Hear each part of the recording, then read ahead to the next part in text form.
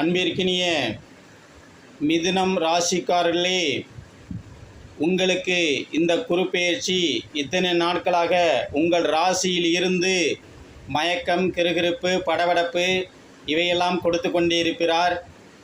அந்த ஜென்ம குருவாகப்பட்டது விலகி உங்களுடைய தனஸ்தானம், வருமான ஸ்தானத்துக்கு செல்கிறது.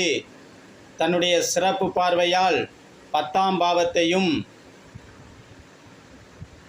அதே நேரம் 5ஆம் பார்வையால் உங்கள் ராசிக்கு 6ஆம் இடத்தையும், 7ஆம் பார்வையால் உங்கள் ராசிக்கு 8ஆம் இடத்தையும் பார்வையிடுவது சற்று சோதனையான காலகட்டங்கள் தான்.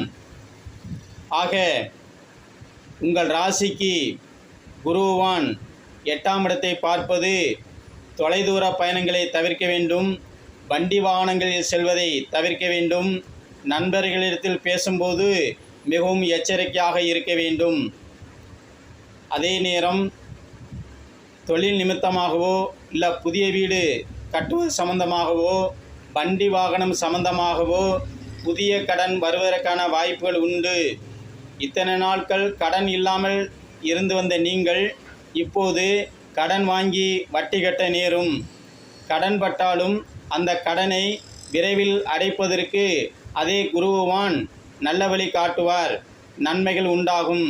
படிக்கின்ற கண்மணிகளுக்கு இந்த ஆண்டு நன்மை தரும் ஆண்டாக இருக்கிறது. ஆசிரியர்களிடத்திலே நல்ல பெயர் எடுப்பீர்கள். உயர்கல்வி படிக்கக்கூடிய மாணவ செல்வங்களுக்கு நல்ல கல்லூரியில் சீட்டு கிடைக்கும்.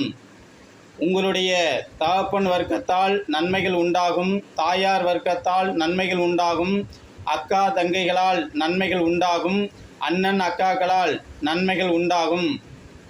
ஆக இந்த குருப்பெயர்ச்சியாகப்பட்டது மிதுன ராசிக்கு சற்று நிம்மதி தரக்கூடிய அமைப்பு தான் கொடுக்கிறது. குழந்தையில்லா செல்வங்களுக்கு குழந்தைகள் கொடுக்கும்.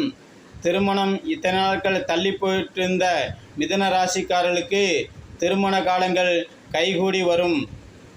ஆக தாங்கள் உடல்நலனில் மற்றும் சற்று கவனம் செலுத்த வேண்டும்.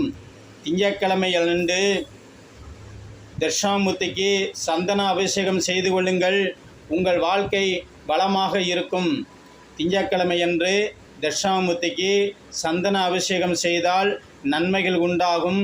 குழந்தை பேரில் எந்த சிக்கலும் இருக்காது, நன்றாக இருக்கும். குடும்பத்திலும் மகிழ்ச்சி நிலவும்.